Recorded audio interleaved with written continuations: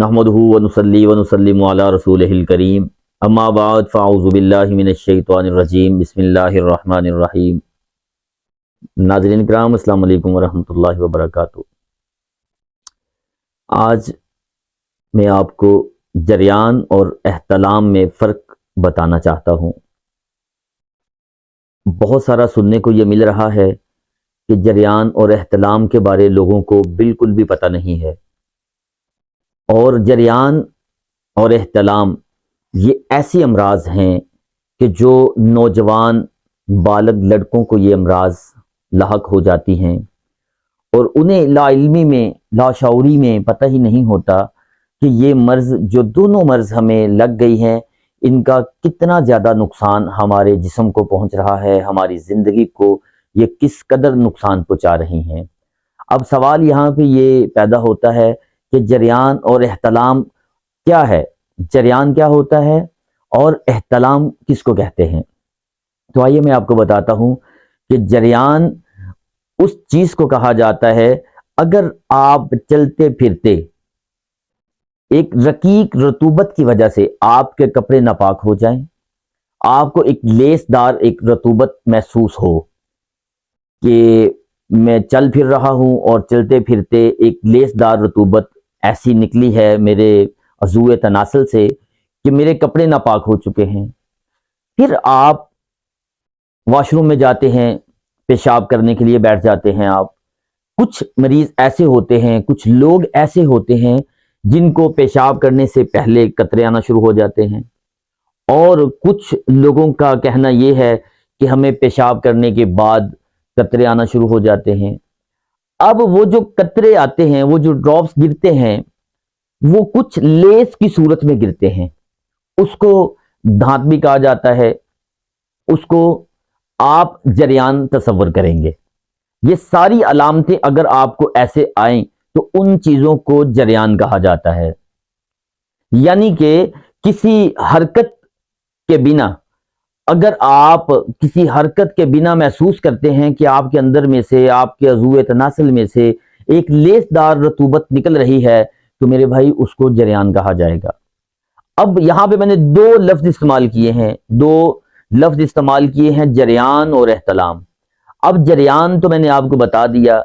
अब एहतलाम के बारे लोग पूछते हैं कि कारी साहब ज़रा ये बताएं एहतलाम क्या होता है। अब जरियान और एहतलाम में फ़र्क इस तरह होता है कि जरियान इन चीज़ों को कहा जाता है जो मैं बता चुका हूँ।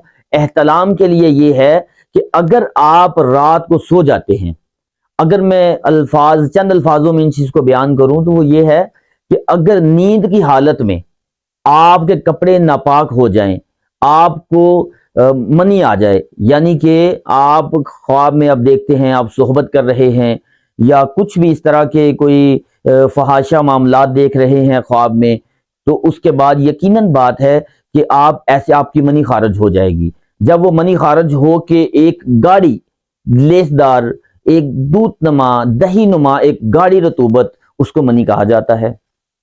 अगर वो आ जाए आपको नींद की हालत में तो उसको एहतलाम कहा जाता है।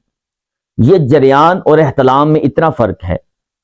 तो इसकी अलामात इतनी ख़तरनाक हैं दोनों की कि दोनों सूरतों में आपने बादी एशिया का इस्तेमाल कम करना है, आपने गर्म चीज़ों का इस्तेमाल कम करना है, आपने कुछ ऐसी ग़ज़ा इस्तेमाल नहीं करनी जिसकी वजह से आपका मैदा ख़राब हो जाए, आपको ग़ज़ा हज़म ना हो सके। क्योंकि ये जिस शख्स को ये दोनों अलामात होती हैं, आप याद रखिएगा कि वो इतना बेचारा परेशान रहता है, दिमागी कमज़ोरी उसको हो जाती है, पट्ठों की कमज़ोरी हो जाती है, असाबी तनाव महसूस करता है वो ऐसा मरीज़, पिंडलियों में दर्द का रहना शुरू हो जाता है, खाया पिया हज़म नहीं होता और गुस्सा में हर वक्त वो शख्स रहना पसंद करता है। तो इन सब चीज़ों से आपने अपने आप को बचाना है। ये जो मैंने जरियान और एहतलाम का फ़र्क बताया है, इसके बारे में आपने गौर करना है, फ़िक्र करनी है आपने। मैंने कुछ वीडियो इन पे जरियान पे अलहदा और एहतलाम पे अलहदा भी बना चुका हूँ, उसके नुस्खा जात मैंने वहाँ भी बयान किए हैं। आप मेरी वीडियो पे जाएँ, वहाँ जाके आप जरियान और एहतलाम का नुस्खा भी हासिल कर सकते हैं। और ख़ुसूसी बात जो मैं आपको बताना चाहता हूँ, मरीज़ जो जरियान और एहतलाम के मरीज़ होते हैं वो कुछ हदायत हैं उन पे भी अमल करें, تو انشاءاللہ تعالی اللہ پاک انہیں اس موذی مرض سے نجات عطا فرمائے گا۔ وہ یہ ہے جو شخص محسوس کرے کہ مجھے جریان کی شکایت رہتی ہے، احتلام رہتا ہے، کیونکہ احتلام اگر تو آپ کو جوانی کے عالم میں اگر جریان آپ کو ہوتا ہے چلتے پھرتے، احتلام نیند کی حالت میں ہوتا ہے، تو میں آپ کو خصوصی ایک بات بتانا چاہتا ہوں، احتلام اگر تو آپ کو مہینے میں 1 یا 2 مرتبہ ہو جائے تو وہ تندرستی کی علامت ہوتی ہے۔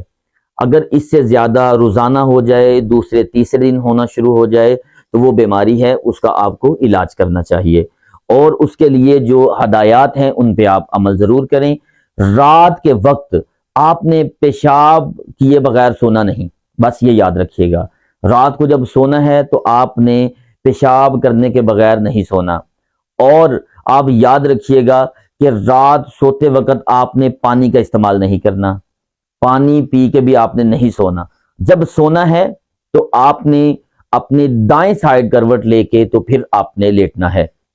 غذا آپ نے ایسی استعمال کرنی ہے جو جلدی ہضم ہو سکے، جس میں بادی اشیاء استعمال نہیں کرنی آپ نے، بڑے گوشت کا استعمال نہیں کرنا آپ نے، اور خصوصی جو رات کے ٹائم موبائل کے اوپر کوئی فحاشہ ویڈیوز دیکھنی ہے آپ نے، کچھ اس طرح کے معاملات کرنے ہیں، فحاشہ ناول کا پڑھنا ہوتا ہے، کچھ ایسے میسیجز وغیرہ آپ پڑھ لیتے ہیں، پڑھتے پڑھتے آپ سو جاتے ہیں، ان چیزوں سے آپ نے اجتناب کرنا ہے۔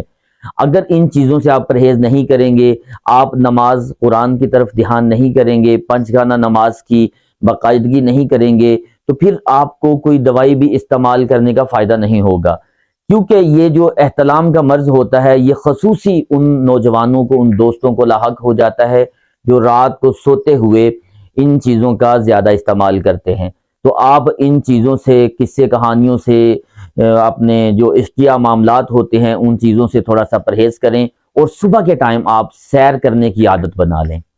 تو انشاءاللہ تعالی میں امید کرتا ہوں کہ جو بھی میری اس ویڈیو کو دیکھے گا، نوجوان نسل جو تباہ ہو رہی ہے، یہ ان کے لیے خصوصی میرا میسج ہے، خصوصی پیغام ہے کہ خدا را ان چیزوں سے باز آ جائیں، تاکہ آپ کی صحت بحال ہو سکے، ایک صحت تندرستی والی، آپ توانائی والی زندگی اپنا بسر کرنا سیکھیے۔ انشاءاللہ تعالی اللہ کریم آپ کو شفائے کاملہ عطا فرمائے گا۔ وما علینا الا البلاغ المبین۔